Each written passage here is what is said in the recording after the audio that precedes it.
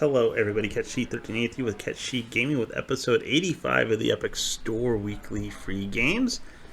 I did have episode 84, but due to my new schedule, I kind of didn't quite get to post it. It's a story. I technically had it uploaded and it was scanning for copyright material.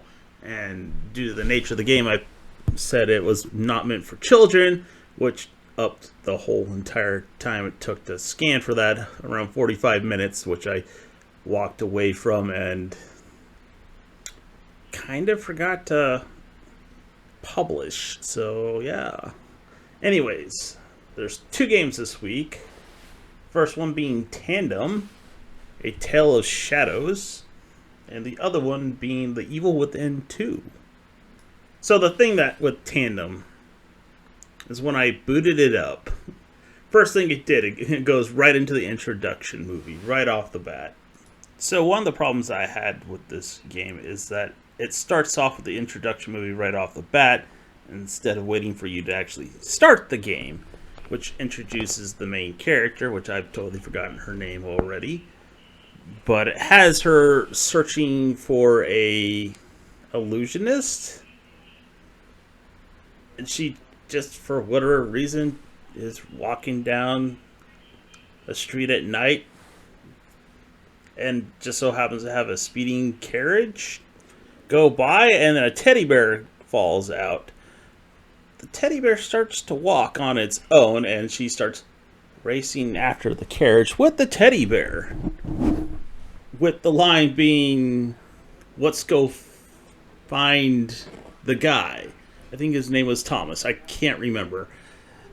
But it just seemed really strange that a whole bunch of coincidences of a girl walking down a road in 1800s London just so happens to come in contact with a walking teddy bear and magically runs after a carriage and somehow links it to finding the person she's searching for some odd random reason. As far as I can tell, there's no relationship or anything between her and the person she's looking for. So Tandem, Tale of Shadows is classified as a platforming puzzle indie game. I'll just call it a platforming puzzle game. I just don't know why they didn't go with that. That describes it accurately. In which you solve puzzles by switching between the two characters, the girl and the bear. With the bear portions being more of the platforming part. I mean, there's some puzzle elements to it. There's not a lot of hand-holding, but there's some lack of also basics on telling you how to play the game as well. Because I wasn't using a controller, I didn't know how to switch between the two of them, and there was no indication on the screen at any point to how to switch between the two of them, so I had to stop and go into my settings just to look for that. I mean, that's just one thing. It's just a little tiny minor thing they could have done to make the game just a little bit better, is at least telling me how to switch between the two characters. I mean, you really don't need much else other than also how to interact with things, which it literally popped up on the screen as you just saw. But for whatever reason, they didn't tell you how to switch between the two characters. So in terms of visuals, it's actually not a bad looking game. It is kind of inspired by Tim Burton and Jules Verne in some shape or form. And it was actually kind of neat to have to figure out how to position the shadows in order to allow the teddy bear to walk across different surfaces to get to more or less the objectives of the level. I thought that was actually kind of a neat little bit of game design there. And as far as I can tell, the puzzles start off pretty simple and they get more difficult as you go. I didn't play for that long. I kind of admittedly lost interest after only a couple of minutes before I switched over to the next game. But anyways, if you want to give it a try, it's free on the Epic Store until Thursday, the 2nd of November at 10 a.m. Central Time. The other game, The Evil Within 2, is the direct sequel to The Evil Within. where I guess it kind of continues sort of off of the first game, but 3 years later, with Sebastian no longer being a cop and actually kind of a disgraced cop, having suffered a kind of a mental breakdown from being subjected to the horrors of their little hive mind computer thing that they had going on, combined with his house catching on fire, with him thinking his child was burnt to death in the house, and his wife not really accepting the death of their child, leaving him to go look for her. And his former partner, who is working for the company that kind of got him locked up in the, I guess it's called the stem in the first game, shows up and takes him to a new stem where I guess his daughter is being used as the core. I don't know what kind of circumstances led to that being the case, and I'm kind of wondering if it is his daughter or they're just using his daughter to try and lure him into the stem because he dealt with these kind of issues in the past. Now, there is one thing I would be remiss to say is if you're going to have a cat in the game, you got to make it so you interact with the cat.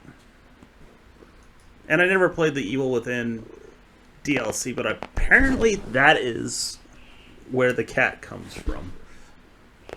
Anyways, this game starts off a lot slower in comparison to the Evil Within.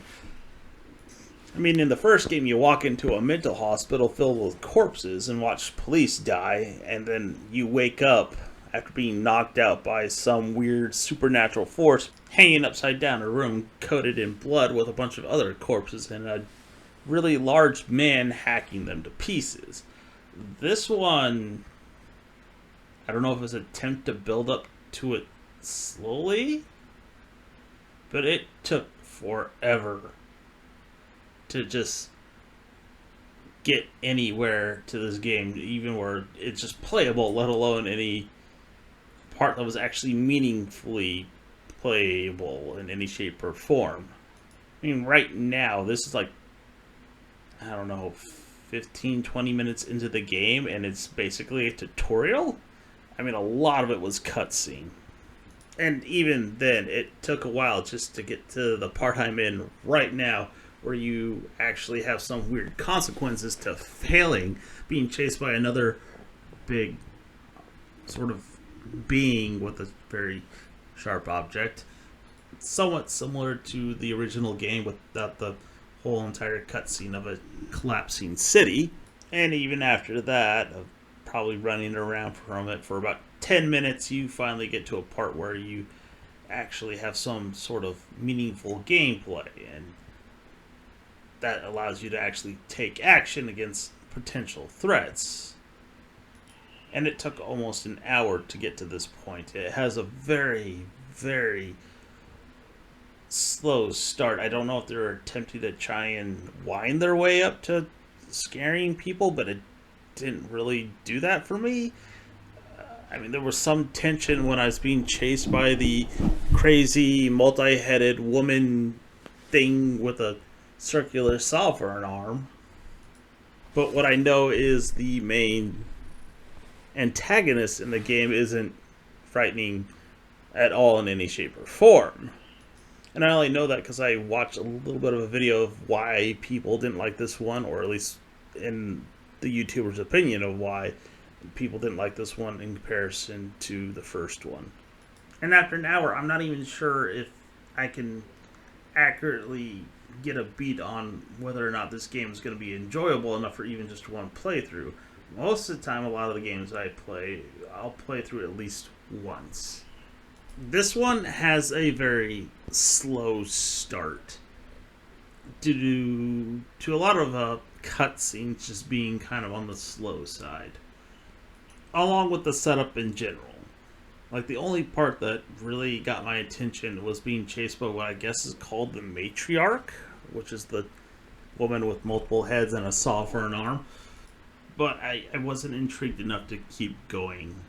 Sometimes I am. This time I wasn't. But honestly, it's free until Thursday, so if you want to give it a try, go to the Epic Game Store and get it for free.